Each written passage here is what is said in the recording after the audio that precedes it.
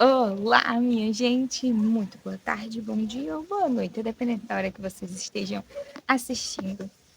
Abramos nossas Bíblias para darmos continuidade a mais uma leitura da Palavra do Senhor. E hoje estaremos lendo o capítulo 30 do livro de Gênesis, capítulo 2 do livro de Marcos, capítulo 7 do livro de Esté e capítulo 2 também do livro de Romanos. Estava tentando fazer o 7 aqui com os dedos. E daí é sobre isso. E antes de iniciarmos, a Bíblia já aberta no capítulo 30 de Gênesis, vamos orar?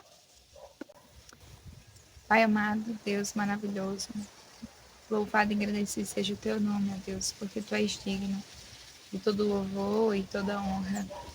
Te bendizemos pela tua maravilhosa graça, pelo teu eterno poder, pela tua glória. Te bendizemos pela tua fidelidade e pelo teu cuidado para conosco e nos permitir dar a graça de termos contato com a tua santa palavra e ouvir de ti, Pai, verdades preciosas. Nos ajuda a entender aquilo que o Senhor já disse, de compreender, Santo Deus, aquilo que o Senhor quer nos ensinar por meio de tudo isso que tu já falaste, ó Deus, ao teu povo e por meio dos teus profetas. Ser conosco e nos ajuda a entender, como também a colocarmos em prática todos os dias, Pai. Se aperfeiçoa em nós, Deus Santo, e nos dá a graça de estarmos atentos à leitura do teu Santo Evangelho e absolvermos da melhor forma. É assim que nós te oramos e te agradecemos. Em nome de Jesus. Amém. Vamos lá? Capítulo 30 que diz assim: Quando Raquel viu que não dava filhos a Jacó, teve ciúmes de sua irmã e disse a Jacó: Dê-me filhos, pelo contrário morrerei. Então Jacó ficou irado com Raquel e disse: Será que eu estou em lugar de Deus, que a impediu de ter filhos? Então Raquel disse: Eis aqui Bila, minha serva. Tenha relações com ela para que dê à luz e eu traga filhos ao meu colo por meio dela. Assim Raquel lhe deu Bila, sua serva, por mulher, e Jacó teve relações com ela. Bila ficou grávida e deu à luz um filho a Jacó. Então Raquel disse: Deus me fez justiça, ouviu a minha voz e me deu um filho. Por isso lhe chamou Dan. Outra vez Bila, serva de Raquel, ficou grávida e deu à luz o segundo filho a Jacó. Raquel disse: Com grandes lutas tenho competido com minha irmã e consegui vencer.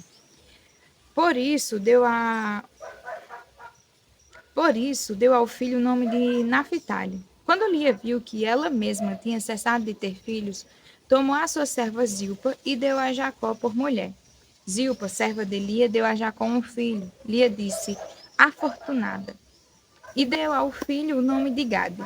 Depois Zilpa, serva de Lia, deu o segundo filho a Jacó. Então Lia disse, é a minha felicidade, porque as mulheres dirão que sou feliz.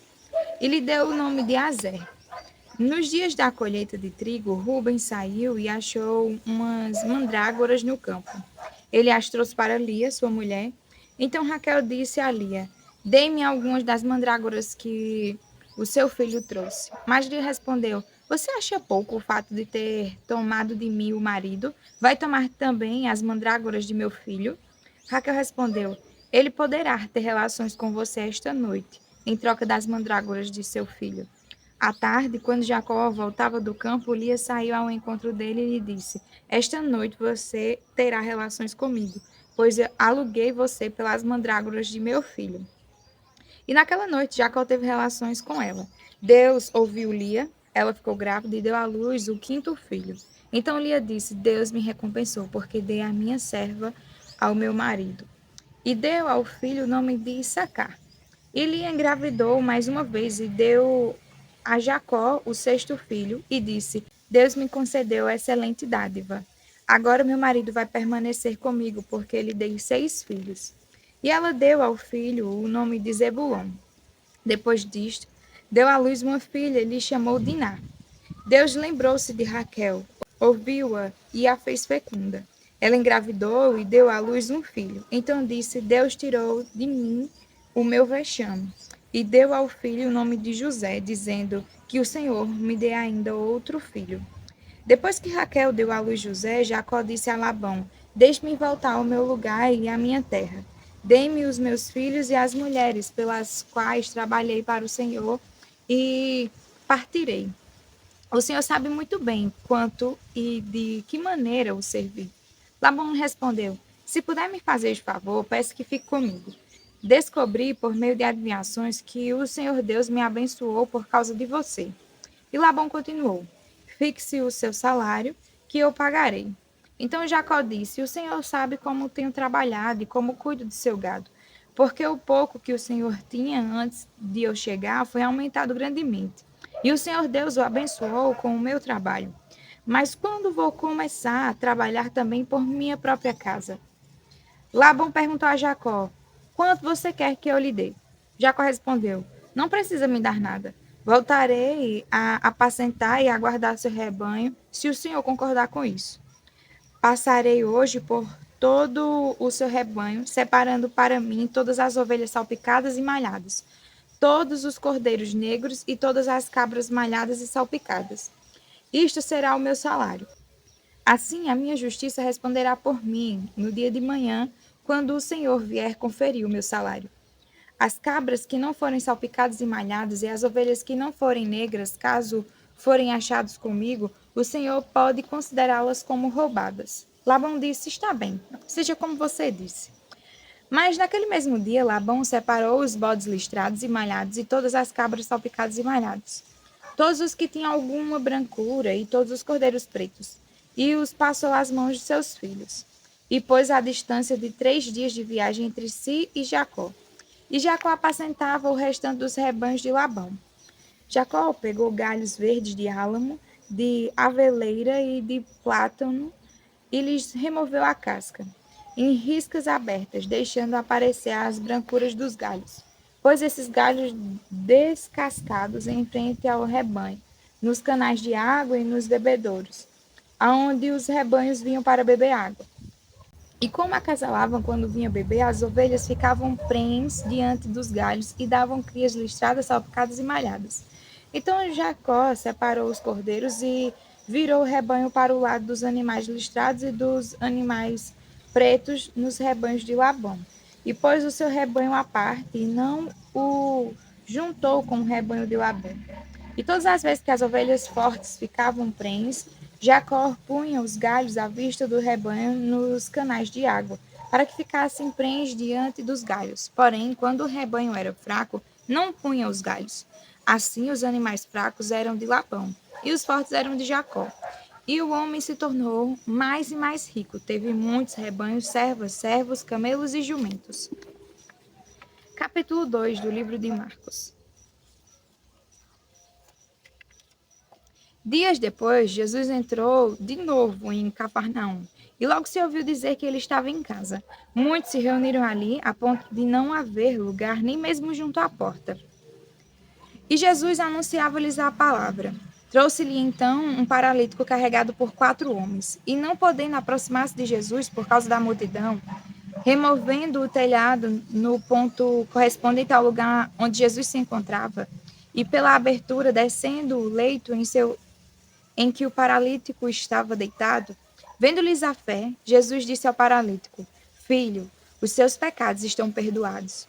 Alguns escribas estavam sentados ali e pensavam em seu coração como ele se atreve a falar assim. Isto é blasfêmia. Quem pode perdoar pecados a não ser um que é Deus?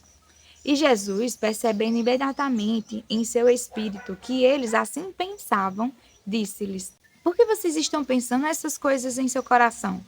O que é mais fácil, dizer ao paralítico: Os seus pecados estão perdoados, ou dizer: Levante-se, tome o seu leito e ande?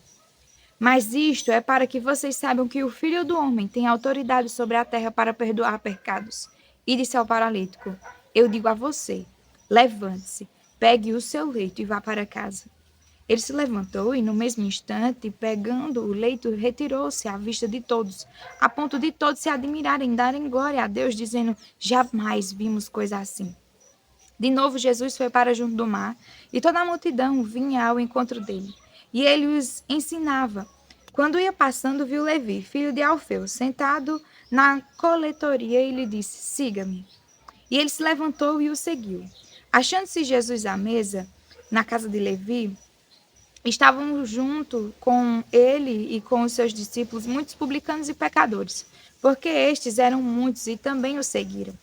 Os escribas dos fariseus, vendo Jesus comer em companhia dos pecadores e publicanos, perguntaram aos discípulos dele: por que ele come e bebe com os publicanos e pecadores? Tendo ouvido isto, Jesus lhes respondeu: os sãos não precisam de médico, e sim os doentes. Eu não vim chamar justos, e sim pecadores. Ora, os discípulos de João e os fariseus estavam jejuando. Algumas pessoas foram perguntar a Jesus: por que os discípulos de João e os discípulos dos fariseus jejuam, mas os seus discípulos não jejuam? Jesus respondeu: como podem os convidados para o casamento jejuar enquanto o noivo está com eles? Durante o tempo em que o noivo estiver presente, não podem jejuar. No entanto, virão dias em que o noivo lhes será tirado, e então naquele dia eles vão jejuar. Ninguém costura um remendo de pano novo em roupa velha, porque o remendo novo tira um pedaço da roupa velha e o buraco fica ainda maior. Ninguém põe vinho novo em odres velhos, porque se fizer isso, o vinho romperá os odres e se perderá tanto o vinho como os odres. Mas põe-se vinho novo em odres novos. Aconteceu que, num sábado, Jesus atravessava as searas e os seus discípulos, ao passar, começaram a colher espigas. Então os fariseus disseram a Jesus: olhe, por que eles estão fazendo o que não é lícito aos sábados? Ele lhes respondeu: vocês nunca leram o que Davi fez quando se viu em necessidade e teve fome, ele e os seus companheiros? Como entrou na casa de Deus no tempo do sumo sacerdote Abiatar e comeu os pães da propiciação, os quais só aos sacerdotes era lícito comer, e ainda deu esses pães aos seus companheiros? E Jesus acrescentou: o sábado foi estabelecido por causa do homem, e não o homem por causa do sábado. Assim, o Filho do Homem é Senhor também do sábado. Capítulo 7 do livro de Esté. O rei foi com Ramã ao banquete da rainha Esté.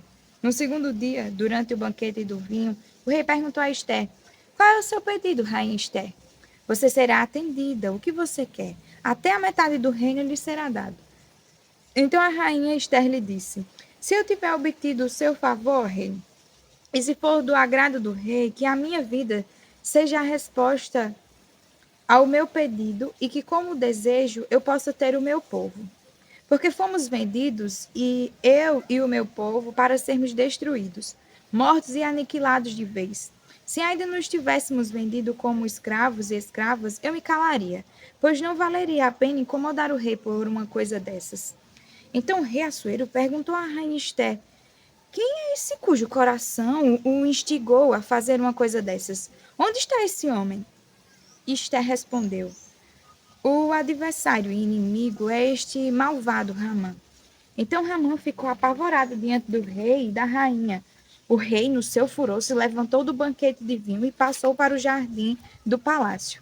Ramã, porém, ficou para rogar por sua vida à rainha Esté, pois viu que o mal contra ele já estava determinado pelo rei. Quando o rei voltou do jardim do palácio para a casa do banquete do vinho, Ramã tinha caído sobre o divã em que se achava Esté. Então o rei disse: será que ele queria desonrar a rainha diante de mim, aqui no meu palácio? Quando o rei acabou de dizer estas palavras, cobriram o rosto de Ramã. Então Arbona, um dos eunucos que serviam o rei, disse: eis que existe junto à casa de Ramã a forca de 22 metros de altura que ele preparou para Mordecai, aquele que havia falado em defesa do rei. Então o rei disse que ele seja enforcado nela. E assim enforcaram Ramã na forca que ele mesmo tinha preparado para Mordecai. Então o furor do rei se aplacou. Capítulo 2 do livro de Romanos. Por isso, você é indesculpável quando julga os outros, não importando quem você é.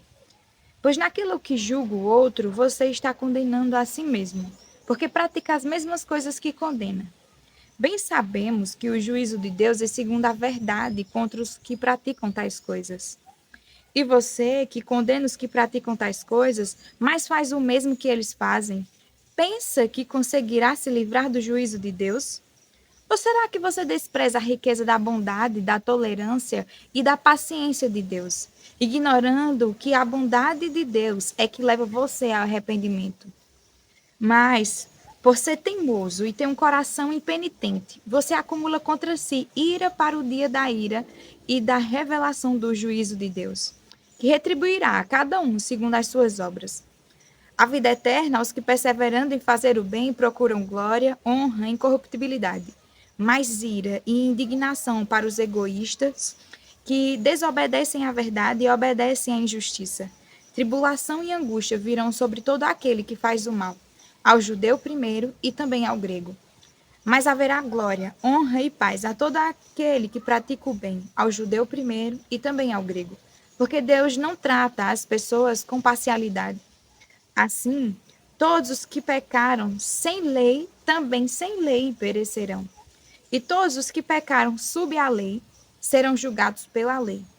Porque justo diante de Deus não são aqueles que somente ouvem a lei, mas os que praticam a lei é que serão justificados. Quando, pois, os gentios que não têm a lei fazem por natureza o que a lei ordena, eles se tornam lei para si mesmos, embora não tenham a lei. Estes mostram a obra da lei gravado no seu coração, o que é confirmado pela consciência deles e pelos seus pensamentos conflitantes, que às vezes os acusam e às vezes os defendem. No dia em que Deus, por meio de Cristo Jesus, julgar os segredos das pessoas de acordo com o meu evangelho. Mas se você diz que é judeu, confia na lei e se gloria em Deus, se você conhece a vontade de Deus e aprova as coisas excelentes, sendo instruído na lei, se você está convencido de que é guia de cegos, luz dos que se encontram em trevas, instrutor de insensatos, mestre de crianças, tendo na lei a forma da sabedoria e da verdade, você, pois, que ensina a outros, não ensina a si mesmo? Você que prega que não deve roubar, rouba? Você que diz que não se deve cometer adultério, adultera? Você que detesta ídolos, rouba os templos? Você que se gloria na lei, desonra a Deus pela transgressão da lei? Pois, como está escrito, o nome de Deus é blasfemado entre os gentios por causa de vocês. A circuncisão tem valor se você pratica a lei. Mas se você é transgressor da lei, a sua incircuncisão já se tornou incircuncisão. Portanto, se a incircuncisão observa os preceitos da lei, não será essa incircuncisão considerada como circuncisão? E se aquele que é incircunciso por natureza cumpre a lei, certamente ele julgará você, que embora tenha a letra da lei e a circuncisão, é transgressor da lei. Porque não é judeu quem o é apenas exteriormente, nem é circunciso a que é somente na carne. Porém, judeu é aquele que o é interiormente, e circuncisão é a do coração, pelo Espírito, não segundo a letra, e cujo louvor não procede de seres humanos, mas de Deus. Amém. Até amanhã para mais uma leitura da Bíblia. Fiquem com Deus.